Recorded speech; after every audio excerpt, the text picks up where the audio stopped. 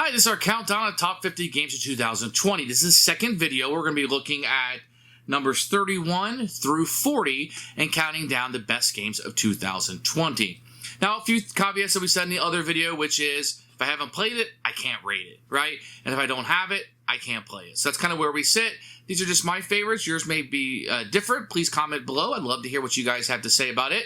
But let's go ahead and jump right in on the list. Number 40 is Few and the Curse. Now, this was a little bit lower because I haven't played it as much. The reviews coming in aren't tremendously high, but it is something that the table that we played it at a couple times was a little bit, can I say, divided on. Some people really liked it, the looting and the more of a take-that atmosphere of it and stealing from others, and other people didn't like that as much. To be honest, kind of that combat kind of stuff isn't really something that my group plays a lot in. It just reminds me of almost like Western Legends, but maybe not quite as good. I do need to give it more plays before I can give a definitive review. But what I've seen, I like okay. The price tag's a little high on this one, so that might play into it a little bit. It has an Old West theme. I think this comes from a comic book, perhaps. And it has like a little bit of a back story that I was unaware of. If you're aware of that, perhaps you like it more. Few and the Curse has been fun, but this is one I could see moving up on the list. I don't think it'll go down any further based on what's below it, but I think it could definitely move up more on the list as time goes on. Number 39 is Friday the 13th, Horror at Camp Crystal. And this is a Halloween type game that you would play around then, and I do like the tension of it.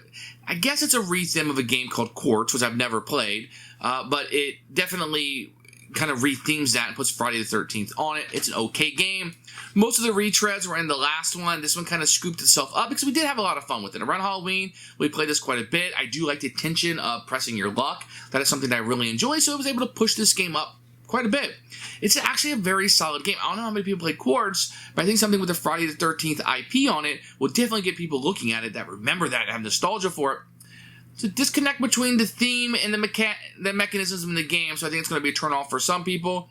I had a lot of fun with this one. As a game, I really liked it, and it's really high on the list for that reason. Number 38 is a children's game. It's called Creatures and Cupcakes, and we've had a lot of fun with this one. Another pressure luck game, which I really, really like, and you can kind of match up what you're trying to do and score points. Now, this one's a little bit higher than Friday the 13th because I think the theme works okay with it. There's different avenues and tracks you can go up, and my kids really like this one, something I play with my daughter, so it gets a couple points for that. But really very similar to the Friday the 13th game, to be honest, with that pressure luck mechanism. Number 37 is The Shining, and this is a game based on the very popular movie. And how do you do that in a board game? And this one does it okay, where you're moving around the hotel and you're generating resources and trying to accomplish something, and there's one player playing against you. And I think The Shining works fairly well in that regard. We did have a lot of fun with it around Christmas time. This is something we continually wanted to go back to. But it is a fresh take on a game, so while I think Friday the 13th might be a little bit better game, Friday the 13th was a retread, but they're pretty similar based on which movie you like best and which one you want to play around Halloween might dictate which one of these that you'd like to play the most. Number 36 is Hocus Pocus. This is one of our favorite movies to watch around Halloween around here. Hocus Pocus is a Disney classic. Everybody likes it. Heard there's a sequel coming out, and the game is okay. But I think it works well enough in a cooperative way that you're trying to do it. Does it have flaws? Sure. It's 36th on the list. It's a little Disney production. It's not very expensive, and I think it's fine to play with families and kids. I think you'll have a good time, and we had a blast with it, so you can't go much further than that. Can you see the flaws through it? Can you see the matrix through it? Perhaps.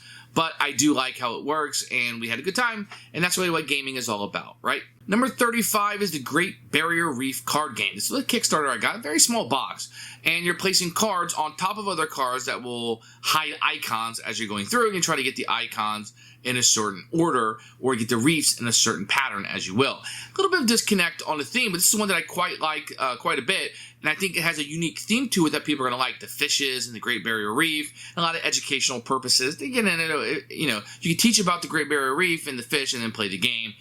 The game itself is not going to be educational, but I do like the pattern recognition in it and trying to get those through. And we had a pretty good time with it. Unique theme, and it adds up to a pretty good game. Number 34 is the Jungle Cruise. And this is another Disney game. There's quite a few of these that came out this year based on theme park rides. And we live here in Orlando. We love the theme parks. We love Disney. We love the history of Disney rides, and Jungle Cruise is one of those, obviously. This one incorporates the humor from the ride into the game, and it was something we had a good time for. It probably outstays its welcome just a little bit, which is why it's further down on the list, but it is something we had a good time with. It has some unique components, it looks really good, it plays. The humor kind of wears thin by the end, but that's how it is on the ride too, so it's very thematic in that purpose too. But it's a family weight game that we had a good time with, and here it sits on the list. Number 33 is probably one of my biggest disappointments of the year, which is Alma Mater. This is a game I really wanted to enjoy, really wanted to like. I only played it twice, so I'm not grading it too hard, but I didn't really enjoy either play. I felt like the engine that I was getting going never really clicked, and maybe that's just because I'm not as good at it as other people. But engine building is something I'm normally good at, and I usually pick up pretty quickly. It just felt like it was completely stunted in this one. Otherwise, it's a pretty solid game. I was probably the one that liked it the least at the table. Other people liked it a lot better than I did, and I had one person at the table who really loved it. So it was a little bit of a division. I think this is a game that could definitely go up. I'm going to give it about 3 more plays before I decide to keep it or get rid of it. But this is one that could tremendously go up on this list if the other plays go a little bit different. But for now, it is what it is. It has not been a favorite. Number 32 is Etherfields. Now, this is one that's been pretty dynamic on the internet of having bad reviews and maybe some division between the board game ranks. I've only played it twice, so I don't want to grade it too hardly. It is a grinder. I think that's going to be the common thing about it. I've had fun with it so far. It isn't something that's pulled me in and made me want to come back to it. Perhaps it's like this dream scenario where it doesn't really pull me in. The theme of it doesn't really pull me in. It's not something that's like grabbing me and getting the hooks in me. I like Awakened Realms. So far, I'm in on them. I'm getting a little hesitant about them. I do need to get some more plays. This is another one that could move up on the list, but I got to grade it where I'm at today. I'm doing the video today, right? And it's just been okay. It hasn't grabbed me the way that I thought that it might. Number 31, and the last one on this list, is Jurassic Parts. Not to be confused with Jurassic Park. And this is a tile game where you're laying out the little sticks and stuff where you're trying to divide up the tiles in such a way that you can score the max amount of points.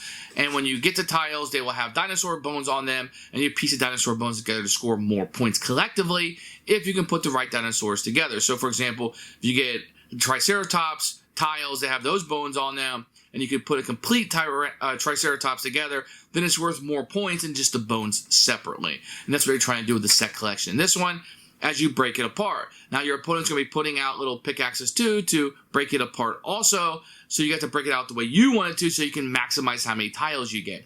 It's a very fun little game. It's very easy to play. There's some little expansions that came in the Kickstarter that are fun. Something you can play with the family or gamers and have a really good time with, and it tops the list today. So that's 31 through 40. What is the kind of a theme that's going through here? We had some Disney games. We had some IP games. We had some games that were rather disappointments. Like Alma Mater and Etherfields really isn't filling it up for me right now. So you're having some games that like are on the brink. There was a couple here that said, man, these could go really high. Right now they're not there, but they could get a lot higher on this list, over the next year, 2 or 3. And I'm kind of curious if some of those games will make it up the list. So here we see a lot of games that just didn't hit the mark, right? Few in the Curse could move up. We can see how that plays out. So I think this list right here, these 10, is going to be very interesting to see where they're at over the next few years. Were they forgettable? Do I remember them? Do I like them better? Or did they kind of stay where they're at? It'll be an interesting set of 10 games to watch. In the future, I'll put out more versions of this until we get to the #1 game of 2020. If you like this video, please give it a like. If you don't mind subscribing to the channel, it really helps us grow. And I really appreciate you watching and being with us today. Thank you and have a great day.